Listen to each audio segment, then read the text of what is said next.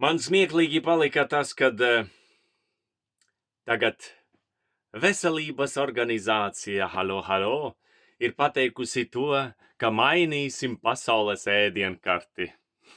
Šī bijusi sūdīga. Es atvainojos par vārdu šī. Un tagad būs unikāla ēdienkarte, kura veidos cilvēku veselu. Jā, un 50 gadus baroja ar sūdiem, es atvainojos par vārdu baroja, un tagad pēkšņi pēc 50 gadiem saprata, kad tas nestrādā. Acim redzami nestrādā. Eiropa, Amerika ir overweight un ne tikai, un 101 slimība. Ai.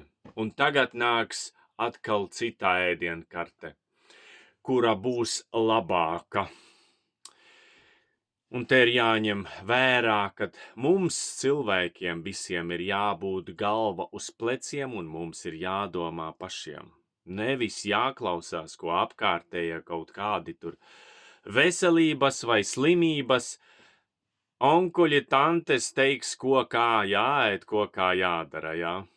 Tas jau vien norāda uz to, ka jāsāk domāt mums pašiem.